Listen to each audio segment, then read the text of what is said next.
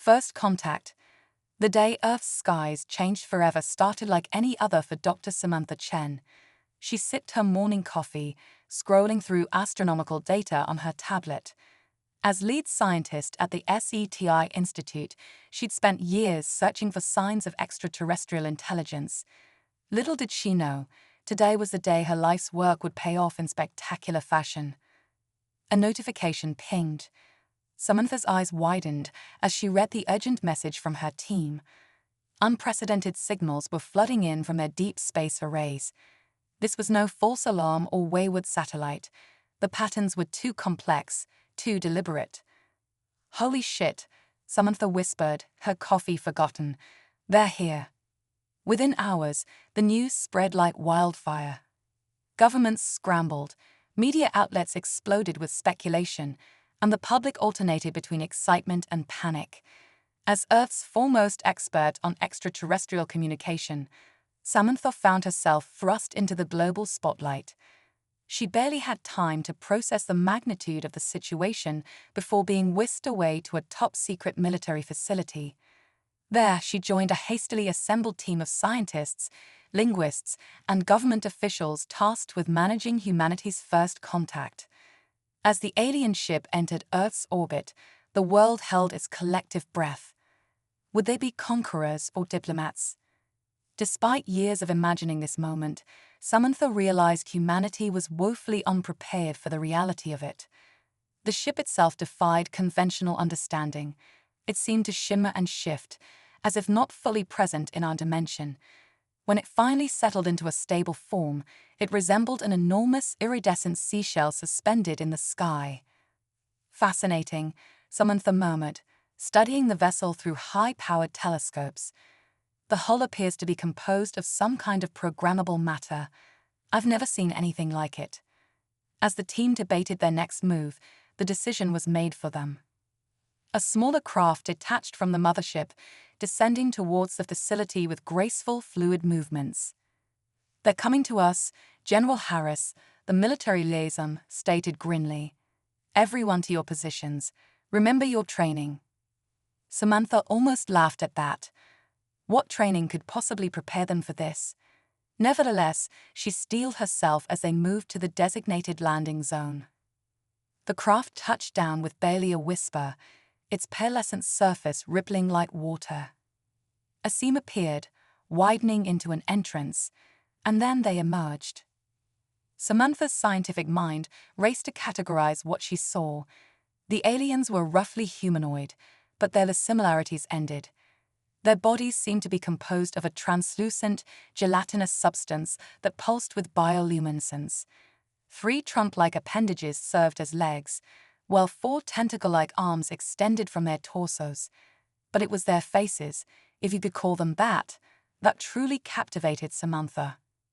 Where one might expect eyes, nose, and mouth, there was instead a swirling vortex of colors and patterns.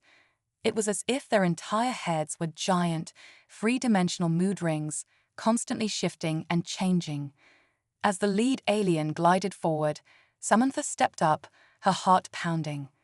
This was the moment that would define human history. She took a deep breath and spoke the carefully prepared greeting they'd been practicing for years. "On behalf of the people of Earth, we welcome you in peace and friendship." The alien's head vortex swirled faster, patterns dancing across its surface. Then, to everyone's shock, it spoke, not with sound, but by projecting words directly into their minds. "Greetings, beings of Earth. We are the Zephyrians, and we come seeking knowledge and exchange." Samantha's scientific curiosity overrode her initial shock. "You can communicate telepathically. Fascinating. How does it work? Is it some form of advanced technology or a natural biological ability?" The Zephyrians' colors shifted to what Samantha would later learn was their equivalent of amusement.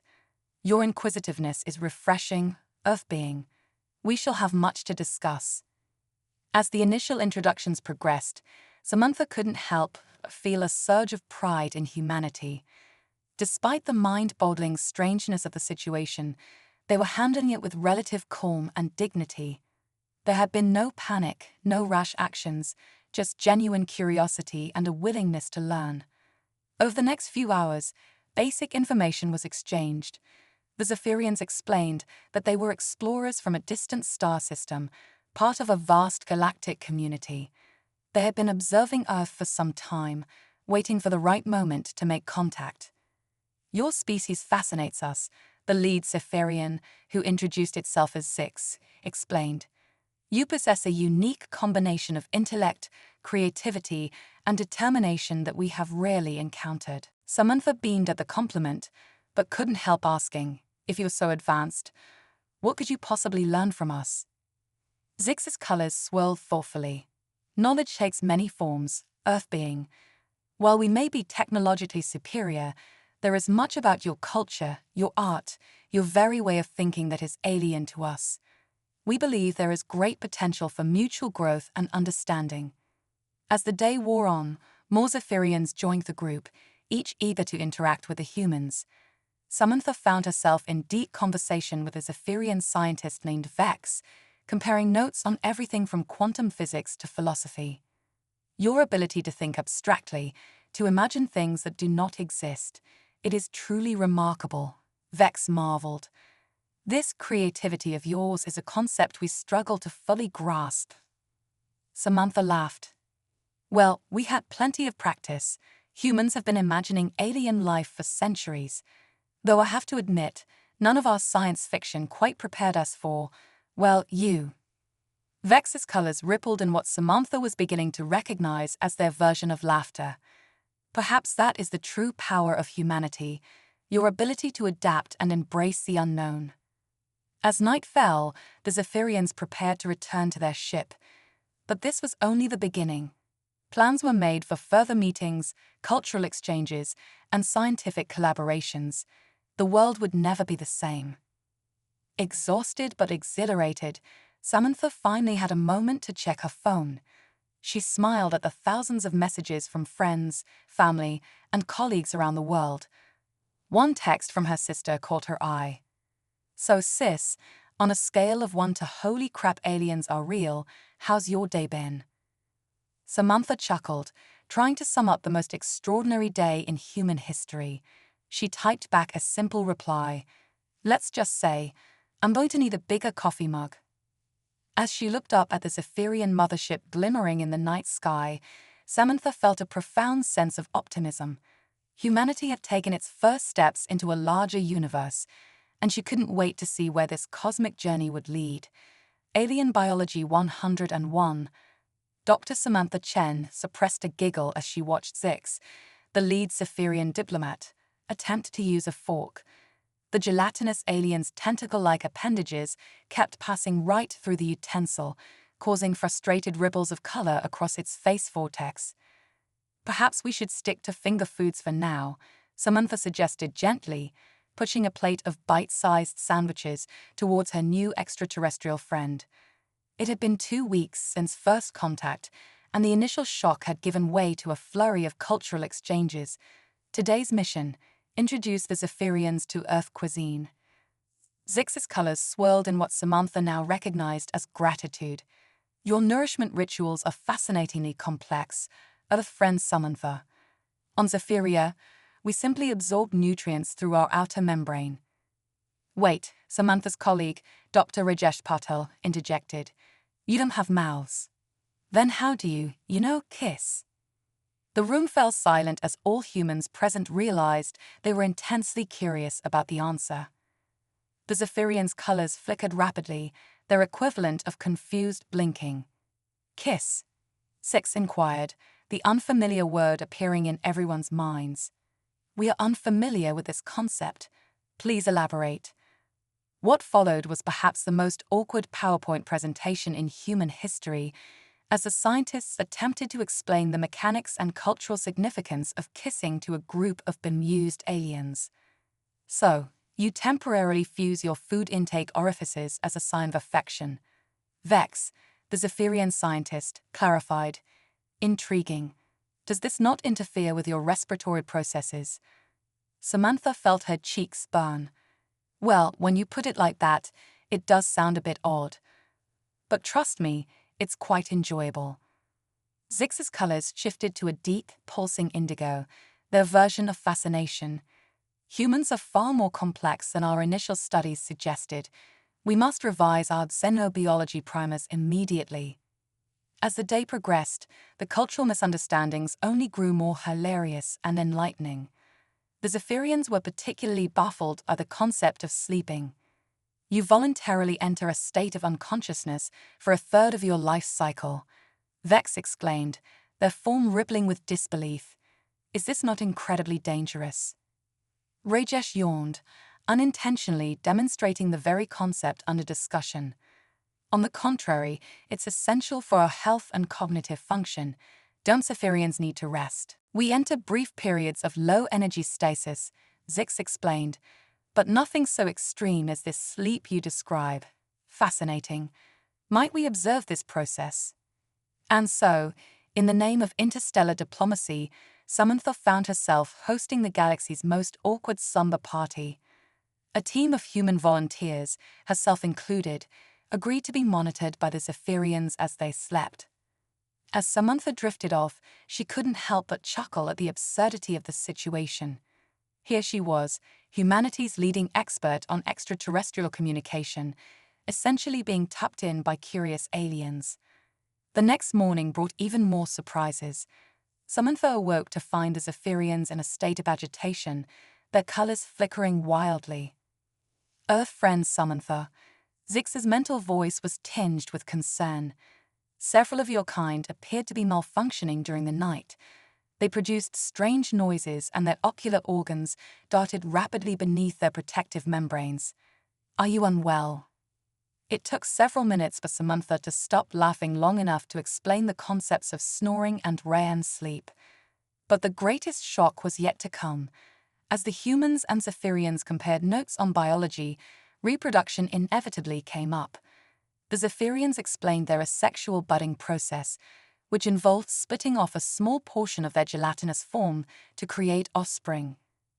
When the humans described mammalian reproduction, the Zephyrians were dumbfounded. Wait, Vex interrupted, their form quivering with a mix of shock and curiosity. Humans reproduce like that. It seems so inefficient and potentially messy. Zix, ever the diplomat, quickly added, though we mean no offense. All methods of perpetuating one's species are valid. Samantha buried her face in her hands, torn between embarrassment and amusement. Yes, well, there's a bit more to it than just reproduction. It's also about pleasure and emotional bonding. The Zephyrian's colors pulsed with intrigue. Vex, practically vibrating with excitement, blurted out, "Can I try?" The room erupted in a cacophony of awkward coughs, nervous laughter, and hasty explanations about interspecies compatibility and ethical considerations. As Samantha attempted to steer the conversation back to safer territory, she couldn't help but marvel at the situation. Here they were, two vastly different species, fumbling through cultural misunderstandings with humor and grace. It was a testament to both human adaptability and Zephyrian open-mindedness.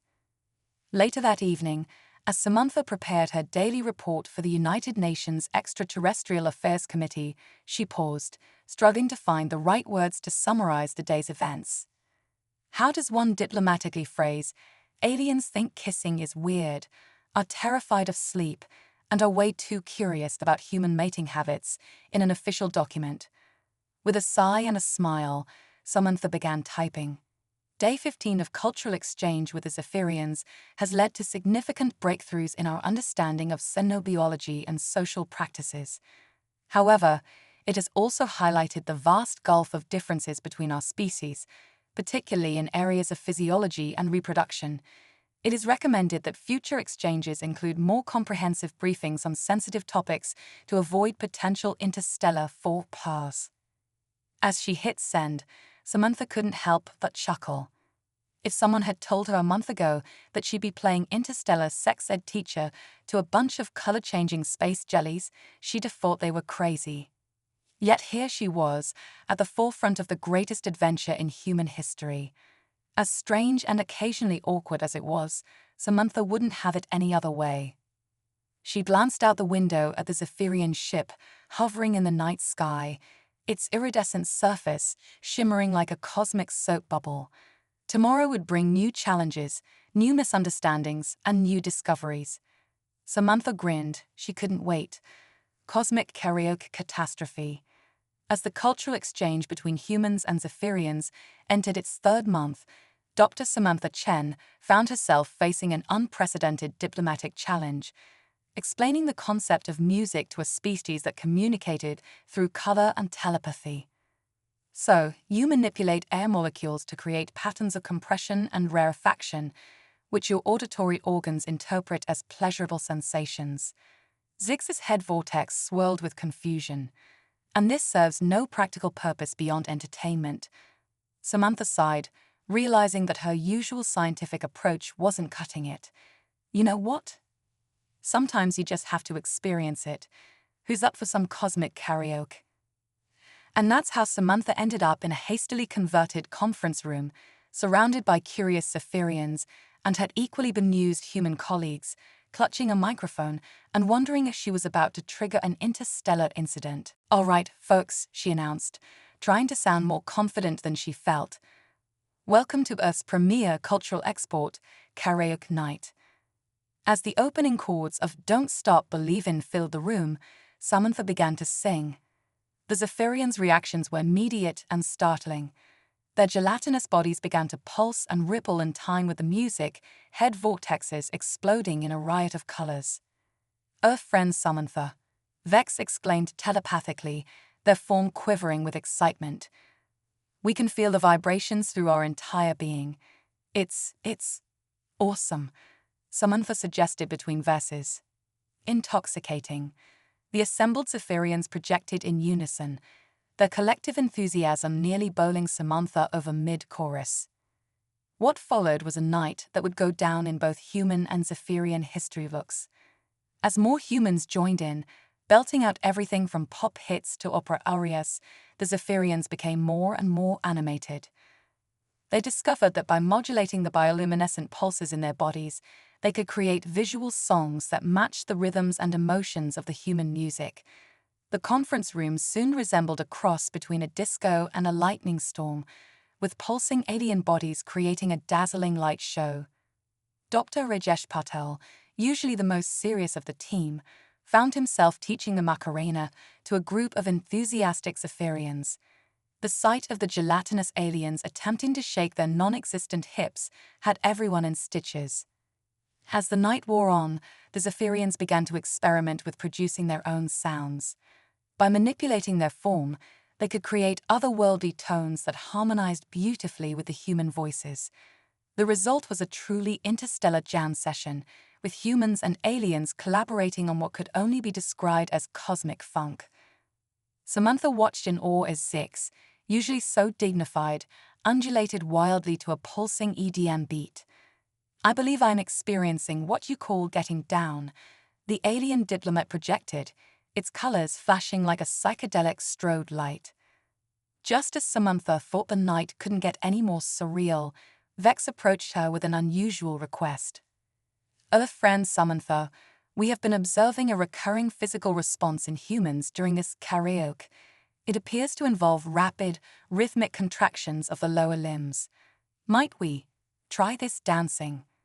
And so, in the name of interstellar relations, Samantha found herself attempting to teach the cha-cha slide to a group of eager, gelatinous extraterrestrials.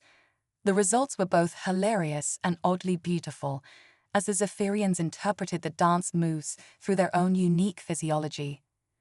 "Slide to the left," Samantha called out, watching in amazement as the aliens elongated their forms in perfect unison.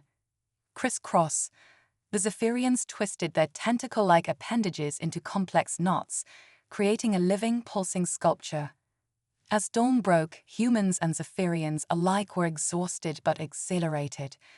They had discovered a universal language that transcended words, telepathy, and even physical form, the joy of music and dance. Samantha, her voice hoarse from hours of singing and laughter, addressed the crowd. "I think it's safe to say that this cultural exchange was a smashing success. Any final thoughts, Zix?" The lead Cytherean's colors shimmered with what Samantha now recognized as pure joy. Earth friend Samantha, we came to your world seeking knowledge, but we have found something far more precious, the ability to get our groove on. The room erupted in cheers and flashing colors. As Samantha looked around at the unlikely gathering, humans and aliens, scientists and diplomats, all united by the simple pleasure of music, she felt a profound sense of hope for the future. Later, as she penned her report on the night's events, Samantha couldn't help but chuckle at the absurdity of it all. How does one officially document a diplomatic breakthrough achieved through the power of karaoke? She settled on a simple summary. Cultural exchange continues to yield unexpected insights. Recommend immediate allocation of resources for joint Human-Zephyrian Music Festival. Potential name, Cosmic Coachella. As she hit send, Samantha hummed a tune, her body still buzzing with the rhythms of the night. Outside her window, she could see groups of Zephyrians practicing their new dance moves, their bodies pulsing with colorful light in the early morning sun. The universe, it seemed, had a rhythm all its own, and humanity had just been invited to join the cosmic dance. The Great Galactic Bake-Off Blunder. Dr. Samantha Chen never imagined that her diplomatic mission would lead her to don an apron and wield a whisk, but here she was, standing in a makeshift kitchen aboard the Zephyrian mothership, about to embark on the most unconventional cooking show in the universe. Welcome, sentient beings across the galaxy, to the first-ever intergalactic culinary exchange, Samantha announced to the hovering camera drones. The event was being broadcast not just to Earth, but to countless alien civilizations across the Milky Way. No pressure, right? The premise was simple. Samantha would teach the Zephyrians how to bake a cake, while Zix would demonstrate a traditional Zephyrian nutrient preparation technique. What could possibly go wrong? Let's start with the basics, Samantha began, holding up a bag of flour. This is INTRUDERAL. Blare the ship's AI, causing everyone to jump. Unknown particulate matter detected. Samantha facepalmed. No, it's just flour. Can we maybe adjust the sensors? After a few tense moments of explanation and some hurried reprogramming, they were back on track. That is, until Samantha cracked an egg. The Zephyrians recoiled in horror, their colors flashing distress signals. Earth friend Samantha, Zix projected urgently. You've ruptured a potential life form. Is this some form of ritual sacrifice? It took 15 minutes and a crash course in chicken biology to calm everyone down. By the time Samantha had explained the concept of unfertilized eggs, half the galaxy was tuned in, riveted by the unfolding culinary drama. Meanwhile, Zix began preparing the Zephyrian dish. To Samantha's amazement, the alien produced a small, swirling vortex of energy between its appendages. This is a quantum flavor pocket, Zix explained. We use it to infuse our nutrient gels with the essence of distant stars.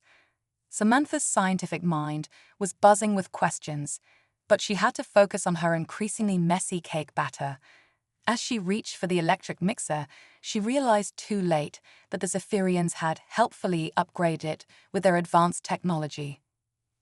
The moment she turned it on, the mixer broke the sound barrier, splattering cake batter across half the kitchen and creating a localized time distortion that aged one of her eyebrows by 50 years. Oops, Vex projected sheepishly. We may have overestimated your power requirements. As Samantha wiped batter from her face, she couldn't help but laugh.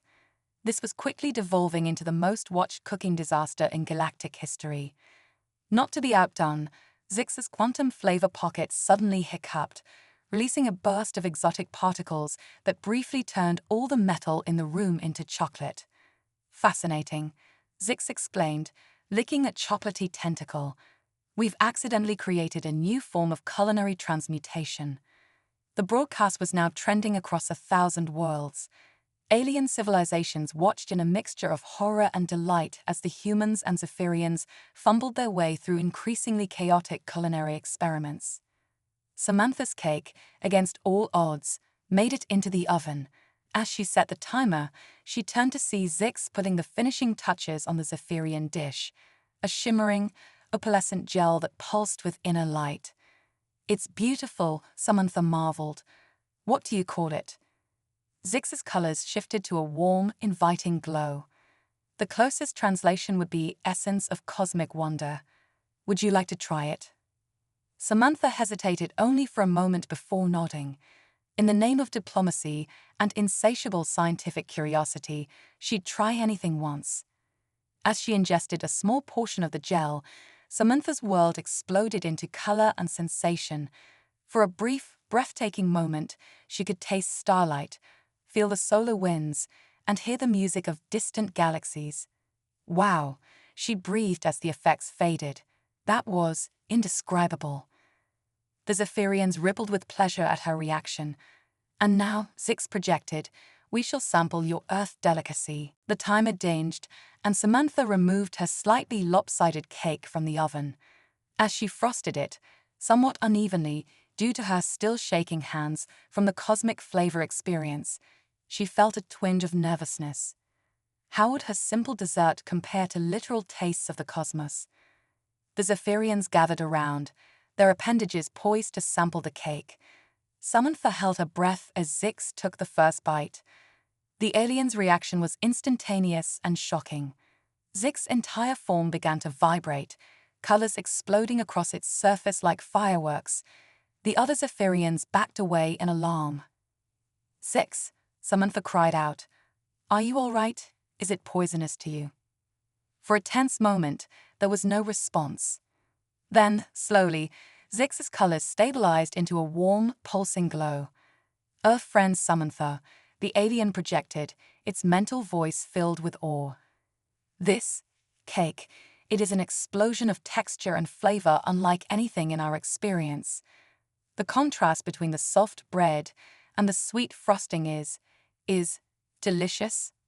Samantha offered, relief washing over her. "Revolutionary," Zix exclaimed. The other Zephyrians, encouraged by their leader's reaction, eagerly dug in. Soon the kitchen was filled with pulsing, glowing aliens experiencing the joy of cake for the first time. As Samantha watched the Zephyrians' rapturous reaction to her simple dessert, she was struck by the beautiful absurdity of it all. Here they were, beings from across the cosmos, bonding over a box-mix cake that she'd nearly destroyed in the making. The broadcast concluded with humans and Zephyrians, alike covered in flour, frosting, and shimmering cosmic gel, laughing, all color pulsing at the joyous chaos they created. Later, as cleanup efforts began, Samantha received an urgent message from United Earth Command. Fearing some diplomatic fallout from the messy broadcast, she opened it with trepidation. Instead, she found a single sentence: "Dr. Chen, your cake has just averted 3 potential interstellar conflicts and sparked a galaxy-wide culinary revolution. Keep baking." Samantha grinned, looking around at her new alien friends as they enthusiastically discussed plans for fusion cuisine. Who knew? Perhaps the key to universal peace was hidden in her grandmother's recipe box all along. As she tied her apron back on, ready for another round of cosmic cooking, Samantha couldn't help but feel that the universe had never tasted sweeter. The Intergalactic Olympics of Weirdness. 6 months after first contact, Dr. Samantha Chen found herself standing in a massive arena on the Zephyrian homeworld, surrounded by beings from 100 different planets. The occasion: the first ever Intergalactic Olympics of Weirdness, an event designed to celebrate the quirks and unique abilities of every species in attendance. "Welcome, sentient beings of the cosmos." Samantha's voice boomed through translators, reaching ears, auditory tentacles, and sensory nodes across the stadium. "Today, we put aside our differences and embrace our strangest talents." The crowd erupted in a cacophony of cheers, trills, and bioluminescent flashes. Samantha grinned, still amazed at how far they'd come. What had started as a joke during a late-night brainstorming session had turned into the galaxy's most anticipated event. "Our first event," she announced, "the anti-gravity belching contest." A group of rotund, gaseous beings from the methane plains of Zorban VI floated to the center stage. What followed was a display that could only be described as a cross between an opera and a hurricane. The Zorbonians expelled great gusts of gas, propelling themselves in complex aerial ballets while creating otherworldly symphonies. Samantha watched in awe as one particularly talented Zorbonian used its belches to spell out "Hello Universe" in glowing plasma. "Beat that, Earth," Zix challenged playfully, its colors swirling with excitement. Humanity's champion stepped forward, Dave, a retired plumber from New Jersey with a hidden talent. He'd shoved a mix of soda and pop rocks, then let loose a burp so mighty it shattered 3 alien translators and briefly reversed the stadium's artificial gravity. "By the cosmic core," Vex exclaimed, its form rippling with shock. "Is this some kind of human superpower?" Samantha laughed. "Let's just say Dave here is specially gifted." The next event was a multidimensional origami folding championship. Contestants had to fold a single sheet of paper into a shape that existed in at least 6 dimensions. The Flatuvians, beings who existed in 2 dimensions, were the surprise victors, creating a paper sculpture that hurt to look at and may have briefly torn the fabric of spacetime. As the day progressed, the events grew ever more outlandish. The quantum synchronized swimming competition, where teens had to coordinate their routines across multiple parallel universes simultaneously. The extreme evolutionary speedrun, in which contestants were zapped with random DNA and had to evolve the most useful adaptations in under an hour. The Earth team's result, a platypus-like creature with Wi-Fi capabilities, was disqualified for being too implausible. The telepathic Pictionary tournament, which ended in confusion when the hive mind of Bist Prime accidentally broadcast images of its species' mating rituals to the entire arena. But the event everyone was waiting for was the final competition, the Interspecies Talent Show Spectacular. Beings from across the galaxy showcased abilities that defied imagination. The crystalline Luminians performed a dazzling light show by refracting beams through their bodies. The amorphous blob collective of Sigma 9 demonstrated its ability to mimic any shape, turning itself into a perfect replica of the stadium and all its occupants. When it was humanity's turn, Samantha felt a flutter of nerves. How could they compete with such cosmic wonders? But she needn't have worried. The human team took the stage, led by Rajesh. "We will now demonstrate one of humanity's most inexplicable talents," he announced. "The ability to sing along to Bohemian Rhapsody, no matter how inebriated or sleep-deprived we are." What followed was 5 minutes of glorious chaos as the entire human delegation belted out Queen's masterpiece with surprising accuracy, complete with air guitar solos and dramatic headbanging. The alien audience watched in stunned silence, utterly baffled by the display. As the last "nothing really matters to me" faded out, there was a moment of quiet. Then the arena erupted. Aliens of all shapes and sizes were on their feet, or tentacles, or hover pads, cheering, flashing colors, and attempting to recreate the strange mouth noises they'd just witnessed. "Magnificent," Six projected, its entire form glowing with excitement. Such perfect coordination, such passion. Truly, humans are masters of this mysterious art form. Samantha bit back a laugh. If they only knew how many Karaoke nights had prepared humanity for this moment. As the event came to a close, with medals, trophies, and assorted interdimensional awards being distributed, Samantha felt a warmth in her chest that had nothing to do with the 3 suns setting outside. This ridiculous, wonderful event had done more for intergalactic relations than 100 diplomatic meetings. Beings who had nothing in common biologically were bonding over their shared appreciation for the absurd. During the closing ceremony, representatives from every world gathered in a circle, or near circle, for some of the non-Euclidean beings. In a gesture of unity, they all attempted to perform the Macarena, a sight that would be forever etched in Samantha's memory. As she watched a tentacled Vorktion attempt to shake its non-existent hips next to a sentient gas cloud trying to clap its vapor appendages, Samantha was struck by a profound realization. In embracing the weirdest, silliest aspects of themselves, every species had found common ground. They had laughed together, marveled at each other's strange abilities, and forged bonds that transcended their vast differences. Samantha raised her microphone one last time. Thank you all for making the first Intergalactic Olympics of Weirdness a success. Remember, in a universe of infinite diversity, it's our uniqueness that unites us. Stay weird, stay wonderful, and we'll see you next cosmic year. As the cheers and telepathic applause washed over her, Samantha knew that they had stumbled upon something profound. In celebrating their differences, they had discovered their shared joy in the bizarre and beautiful diversity of life. The universe, it seemed, had a sense of humor, and humanity, with all its wonderful weirdness, was finally in on the cosmic joke.